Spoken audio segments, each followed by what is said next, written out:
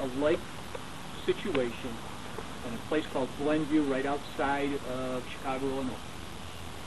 We had a Navy base that had 2,300 acres. It was actually a Naval Air Station, if you believe that, in Chicago.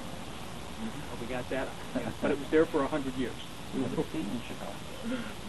But, same situation. Tremendous amount of development potential, tremendous number of issues.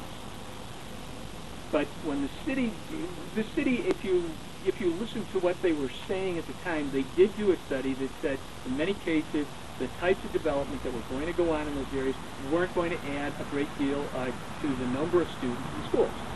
I know the schools didn't like that. They didn't like taking an existing neighborhood in, is what they really didn't like, because they knew that there were X number of students sitting there.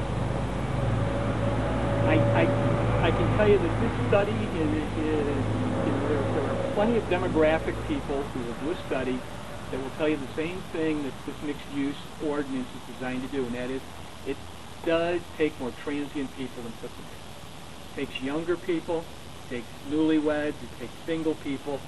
This really, I think, conceptually, as a mixed use, isn't designed to have families with 12 kids. And the demographics that you're going to get are some of the similar demographics that they discussed when we were talking about taking DeVry into the city at that time. But we're talking about a very precise case here, where you know what the zoning is going to be, and you can calculate, here's how many housing units we could fit on this property. And there's no reason why you shouldn't do that. The city, in their defense again, did some of those things already.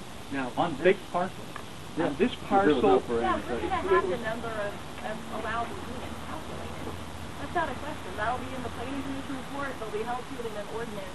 But what I hear you guys asking for is, then you want us to do some kind of predictive household size based on units to hypothetically wonder how many kids it could possibly generate. No, that's and there's the school's 8 different responsibility. indicators. There's 8 different indicators for how that could be done. We could use national surveys by the National Realtor Association. We could use the U.S. Census. We could count what's going on in downtown condos, which we've done. And I mean, I would just like to know what at the end of the day you're going to feel is acceptable data, instead of going back and forth. Like Laurel did tell you actual survey facts, you know, that have happened about household size and empty nesters, and you're like, oh, well, that's just all made up. So what would be acceptable to you? Well, first off, to just correct what I said to her, she said that there were 10 kids that lived in the condos downtown, and I told her that was factually inaccurate. That's all I said. And to suggest, yeah. So I mean, if we can parse whether there's 10 kids in those condos, but you know. Well, I want to find the right information for you, so I want to know what would be acceptable. And so I want. We would like to sit down and talk about how that process would go. Yeah. That would be terrific. Let me answer her question. Okay. There's 2 components to that. How many units could there be? Right. Multiplication and right. Yeah. And then we could say, okay, here's how many students that could present. Right. Now, that's not your job. That's the city's job to do work for the city. Excuse me, that's the school's job. That's the school's job. You have to say, here's how many. This is how many they could put, and then the school has to say, here's what the financial impact would be. Here's how many students. That's what they do. They do that part. Well, and I think what we're scared of, though, too, is that depends.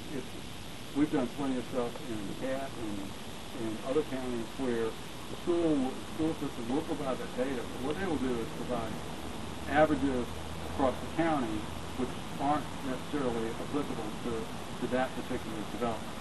Because if you're doing something in one area that is more family oriented, or if it has more 3 bedrooms, or if it's a lower price point, you're going to generate more students, and if it's a higher price point within a mixed-use development, all those things.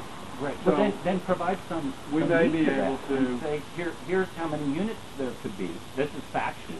Yeah. There's factually, this is how many units there could be, and here's how many students we think that would produce. And by necessity, they have to be more fine-tuned here than they do. So we can look at that information, and we can try to provide some answers. Well, it has to be sought. It has to be sought after. No.